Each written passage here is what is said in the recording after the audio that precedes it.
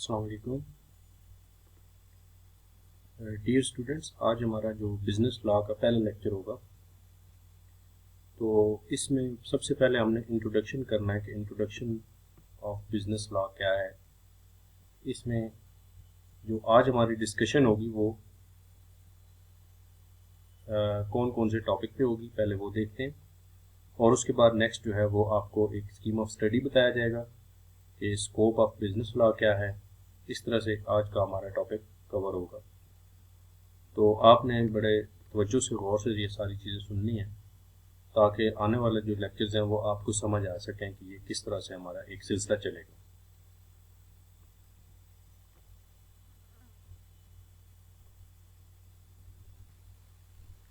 تو ہمارا جو سب سے پہلے اس میں ہم نے سمجھنا ہے وہ لا کی ڈیفینیشن ہے، پھر سورسز آف لا کیا ہیں، لا کیسے ڈیولپ ہوتا ہے، اس کے بعد پھر what is business law, scope of business لا،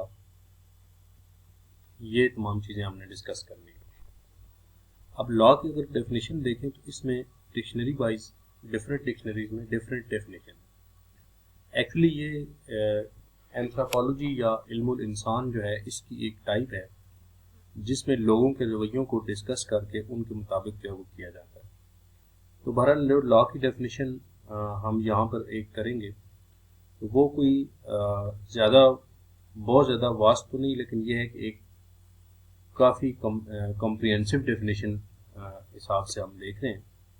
تو لا جو ہے وہ بیسیکلی سوسائٹی کو بہتر چلانے کے لیے ہوتا ہے، اور اس میں جو ڈیفینیشن ہم نے ابھی دیکھی ہے وہ ہے کیمبرج انگلش ڈکشنری کے اندر۔ باقی ڈفرینٹ ڈکشنریز میں ڈفرینٹ ہے، لیکن ان کا تقریباً مطلب یہی ہے کہ آپ جو ہے نا وہ اس کے اندر ہمارے جو ہے وہ اس کی ڈیفینیشن تقریباً ایک جیسی بن جاتی ہے۔ A rule usually made by a government that is used to order the way in which a society behaves۔ ایک سوسائٹی نے کس طرح سے چلنا ہے یا اس کا وے فارورڈ کیا ہوگا، یہ ہمارا لا کے جو رولز بنائے جاتے ہیں گورنمنٹ کی طرف سے، کچھ پرنسپلز طے کیے جاتے ہیں تاکہ to run the society in a better way. ایک سوسائٹی کو بہتر چلانے کے لیے جو پرنسپلز رولز بنائے جاتے ہیں ان کو لا کہا جاتا ہے۔ تو یہ کسی بھی سوسائٹی کے لیے بڑے اہم کردار ادا کرتے ہیں۔ اس کے سورسز کو اگر دیکھا جائے تو یہ جو آج ہمیں لاز ملتے ہیں ڈفرینٹ جو ہم نے دیکھے ہیں، تو یہ کوئی ایک دن کی بات نہیں ہے، بلکہ یہ ایک پروسیس ہے جس میں جتنی ہسٹری پرانی انسان کی ہے یا ہیومن بینگز کی ہے اتنی ہی تقریباً لا کی پرانی ہسٹری ہے۔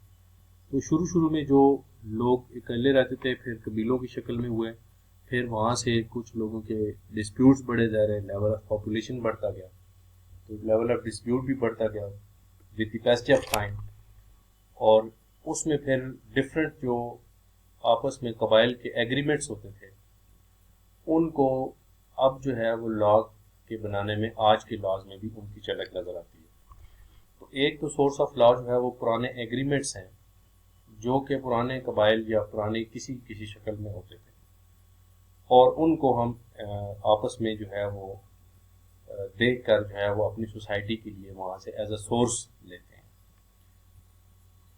اسی طرح سے سیکنڈ جو ہے وہ ہے پریسیڈنٹس، یعنی کہ اولڈ ایگزامپلس یا کیسز ہوتے ہیں جو کہ پرانے ڈیسیژنز ہیں، یا ایک جس کو ہم ٹیکنیکل لینگویج میں اسٹیریٹیسائزز بھی کہتے ہیں، کہ جو پرانی نظیر یا مثال ہے کہ وہ آلریڈی ایک سیم سینیریو میں کوئی ڈیسائیڈ ہوا چیز ہے، تو اس کے مطابق بھی آج بھی یہ ہمارے کورٹ کا سسٹم ہے کہ اس میں ہم اس کو لے کر چلتے ہیں۔ تو اس میں ہمارے پاس جو پریسیڈنٹس ہیں یہ بھی ایک سورس آف لا ہوتے ہیں، پرانے جو ایگزامپلز ہوتی ہیں یا پرانے جو ڈیسیژنز ہوتے ہیں وہ بھی ہمارے پاس ایک as a source of law دیکھے جاتے ہیں۔ پھر جو تھرڈ سورس آف لا ہے وہ کسٹمز، کہ اس میں جیوگرافی اور ریلیجن یا اور بھی اس میں ڈفرینٹ جو لنگوسٹک چیزیں ہیں، اس میں ریشل ویلیوز بھی آ جاتی ہیں۔ تو ویلیوز یا کسٹمز جو ہوتے ہیں، روایات جن کو بولا جاتا ہے، تو وہ روایات جو ہیں یہ بڑا اہم کردار ادا کرتی ہیں.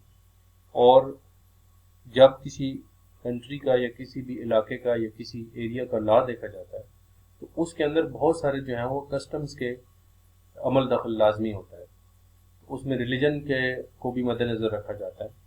جیسے کہ ہمارے ہاں اب جو اسلامک جتنی بھی لاز چل رہے ہیں تو ان میں جتنا بھی ہمارا کانسٹیٹیوشن ہے اس میں ایک آرٹیکل موجود ہے جس کے تحت یہ ہے کہ ہم اگینسٹ دی اسلامک جو بیسک سٹرکچر ہے اس کے اگینسٹ ہم نہیں جا سکتے, قرآن اور سنت کے خلاف نہیں جا سکتے. تو اس طرح سے انگلش ایگزامپل لی جائے تو اس میں جو کامن لا تھا یا ان کی کسٹمز پہ بیس کرتا تھا یا روایات پہ بیس کرتا تھا, وہ لا جو تھا وہ ہمارے پاس کسٹمری لاز کہلاتے ہیں. تو custom is a source of business لا, جو کہ لا بنانے کے لیے جو ضروری ہوتا ہے وہ کسٹمز بھی اس میں عمل دخل ہوتے ہیں اور یہ اپنے اپنے ایریاز کے مطابق ہوتے ہیں. اسی طرح سے جو ایک ایکٹیو سورس ہے یا ایک اب جو چل رہا ہے لیجسلیشن پروسیس ہوتا ہے اس کو ہم ایکٹ آف پارلیمنٹ کہتے ہیں. ایکٹ آف پارلیمنٹ کیا ہے؟ بیسیکلی جو الیکٹڈ یا الیکشن کے جو پریزیڈنشل فارم ہو یا پارلیمانی سسٹم ہو تو کسی بھی کنٹری کے اندر جو ہے وہ ایکٹ آف پارلیمنٹ کے ذریعے لیجسلیشن ہوتی ہے.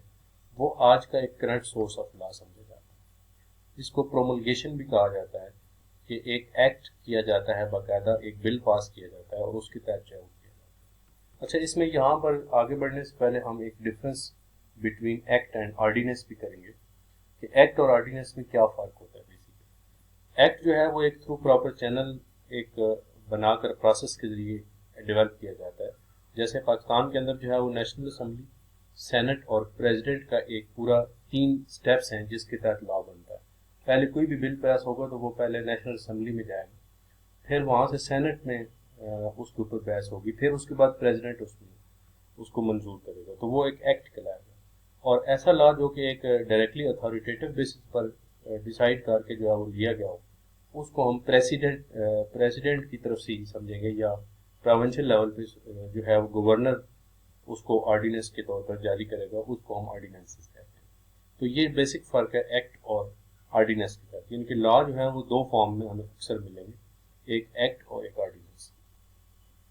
پھر آتے ہیں کہ ہماری جو بزنس لا کی ڈیفینیشن ہے وہ کیا ہے. تو اس میں ایک سمپل ورڈز میں اگر دیکھا جائے کہ laws relating to trade, industry and commerce کے تینوں کے حساب سے جو ہے وہ اگر ریلیٹ کرتا ہو, لین دین کے معاملے میں ہو, انڈسٹری کو چلانے کے معاملے میں ہو, یعنی کہ مینوفیکچرنگ ہو یا اس میں کوئی بھی ہو, یا کامرس میں جتنی بھی ایکٹیویٹیز آ جاتی ہیں ان تمام کو ہم بزنس لا کی ڈیفینیشن میں لے کر جائیں گے. ان جتنے بھی لاز ہیں ان کو دیکھا جائے گا. اچھا, بزنس لا جو ہے اس کو مرکنٹائل لا بھی کہا جاتا ہے, اور لیکس میرکیٹریا جو ہے اس کا لفظ ہے, جو کہ ایک اٹیلین جو ہے آپ سمجھ لیجیے اس میں لیٹن ورڈ اس کو دیکھیے گا. اسی طرح سے جو بیسز ہیں بزنس لا کی وہ 2 ہیں. ایک تو ہمارا جو کیونکہ زیادہ تر یہاں پہ برٹش دور رہا ہے یا برٹش گورنمنٹ رہی ہے, تو اس وجہ سے جتنے بھی ہمارے ہاں لاز ہیں یہ پہلے سے بیفور پارٹیشن کیونکہ چل رہے تھے, تو اس وجہ سے یہ لا آف کامنز اور لا آف ایکوٹی کے بیس پر بہت سارے جو برٹش لاز ہیں بزنس کے وہ آلریڈی یہاں پہ چل رہے ہیں. اسی طرح سے جو کامن لا ہے یہ ان کا کسٹمری لا تھا, ان کی روایات پہ بیس کرتا تھا, اور انہوں نے جب یہاں پہ حکومت بنائی انگریزوں نے تو پھر یہاں پر بھی وہ سب کنٹیننٹ پر بھی لاگو کیا, اور اس کو ختم کرنے کے لیے یا اس کی جو ہارشنس تھی وہ ختم کرنے کے لیے ایک ایکوٹی کی بیس پر کیا گیا تھا. تو یہ بہرحال دونوں برٹش لاز ہیں جس میں سے کچھ نہ کچھ اب بھی ہم اپنے یہاں پہ جو سب کانٹیننٹ میں لاز ہیں ان کی جھلک جو ہے وہ ہم اس میں دیکھتے ہیں. اسی طرح سے پاکستانی لاز جو اس کے بعد کچھ نہ کچھ ڈیولپمنٹس ہوتی رہتی ہیں وہ بھی ہمارے اس میں آ جاتی ہیں. تو اس طرح سے یہ ہمارا جو بزنس لا ہے یہ دونوں بیسس پر ہے کہ ایک تو برٹش لا کے اوپر بہت زیادہ بیس کرتا ہے, اور دوسرا جو ہے اس میں پاکستانی لاز بھی آئے دن جو ہے وہ نئی ڈیولپمنٹس اب ہو رہی ہیں آہستہ آہستہ. تو کچھ پروونشل لیول پہ جو ہے وہ لاز امینڈ کر کے یا نیشنل لیول پہ جو ہے وہ کچھ بزنس لاز جو ہے وہ بنائے گئے. اور اس کا جو لاسٹ ہمارا اس میں آ جائے گا اسکوپ آف لا کیا ہوگا کہ لا آف کانٹریکٹ, یہ ہمارا بیسیکلی سلیبس ہے جو ہم نے کور کرنا ہے. Law of contract, law of sale of goods, law of negotiable instruments act, law of carriage of goods, اور law of labours, law of partnership. اچھا اس میں ایک بات اور بھی ہم ڈسکس کرتے چلیں. اس میں بیسیکلی یہ کوئی بزنس لا جو ہے وہ از ناٹ اے سنگل لا، بلکہ یہ ایک کمبینیشن آف لاز ہے جس میں ٹریڈ، انڈسٹری، کامرس کے ریلیٹڈ بہت سارے لاز آ جاتے ہیں. اور اس میں ایک بنچ ہے یا ایک سمجھ لیجیے کہ ایک گلدستہ ہے یا ایک اس میں ایک کمبائن ایک پورا بنڈل ہے لاز کا جو کہ اس کو کور کرتا ہے بزنس لا. اور بزنس لا کا جو سب سے پہلا ہمارا پارٹ ہے وہ ہے کانٹریکٹ ایکٹ یا کانٹریکٹ لا آف کانٹریکٹ بولیے، جو معاہدے ہوتے ہیں ان کا کیا اسکوپ ہوگا اور کس طرح سے وہ عمل درآمد کرائے جاتے ہیں یا ان کا کیسے ڈیل کیا جائے گا. تو ہمارا جو سلیبس ہے وہ بھی یہ لا آف کانٹریکٹ ہے، یہ 60% آف دی کورس اس میں کور ہوگا.